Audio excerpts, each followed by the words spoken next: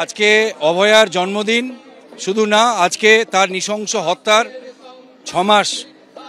আমরা আজকে মৌন মিছিল করতে বাধ্য হচ্ছি এই কারণে, যেহেতু আগামীকাল থেকে রাজ্যের মাধ্যমিক পরীক্ষা শুরু হচ্ছে। নইলে আমরা আজকে প্রতিবাদ মিছিল হিসেবেই আজকে আমরা মিছিল করছি। অভয়ার জন্মদিন, আমাদের বাংলার মেয়ের জন্মদিন, আমাদের মেয়ের জন্মদিন, তার সাথে তার হত্যার 6 মাস, এই দুটি ঘটনার, তার হত্যার প্রতিবাদে আজকের আমাদের মিছিল। প্রত্যক্ষ এবং পরোক্ষভাবে যারা এই নৃশংস হত্যাকাণ্ডের সঙ্গে জড়িত তাদের সবাই বিচারের আওতায় আসবে, সবাই শাস্তি পাবে।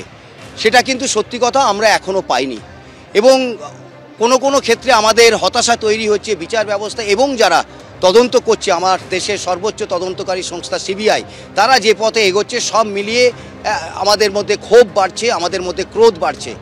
এবং এই 9 তারিখই, এই 9ই ফেব্রুয়ারি অভয়ার হচ্ছে জন্মদিন। ফলে তার জন্মদিনে আমরা শপথ নিতে চাই, এই ন্যায় বিচার এনে না দেওয়া পর্যন্ত আমরা রাস্তায় থাকব, রাস্তার আন্দোলনে থাকব। ন্যায় বিচার যতক্ষণ না মিলবে রাস্তায় থাকবেন আন্দোলনকারী চিকিৎসকরা, রাস্তায় থাকবেন সাধারণ মানুষ, নাগরিক সমাজ। এটাই বলছেন তারা।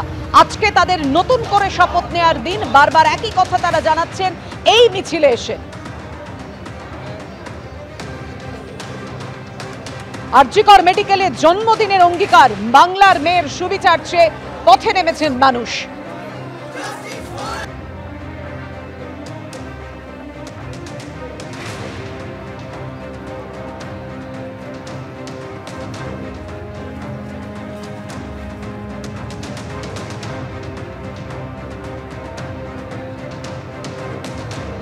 মাস পেরিয়ে গেছে, এখনো বিচার কোনো একটা নির্দিষ্ট লক্ষ্যের দিকে যাচ্ছে না।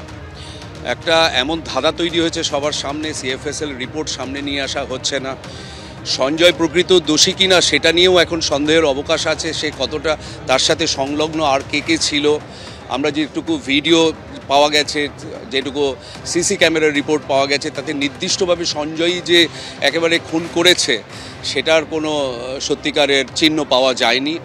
এবং মানুষ, রাজ্যের মানুষ, দেশের মানুষ, সারা পৃথিবীর মানুষ এতদিন ধরে বিচারের নামে যে প্রহসন চলছে সেটাতে অতিষ্ঠ বলেই আজকের রাস্তায় নামার মূল শুরু হচ্ছে। বিচার সঠিকভাবে এগোক এবং প্রকৃত দোষী যে বা যারা তারা সামনে আসুক।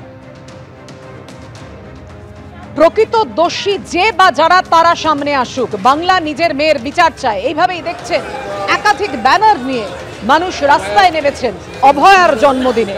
মেয়ের জন্মদিনে বিচার ছিনিয়ে আনার যে শপথ নিয়েছেন অভয়ার পরিবার, তার পাশে নাগরিক সমাজ, তার পাশে অভয়া মঞ্চ, তার পাশে আন্দোলনকারী চিকিৎসকরা।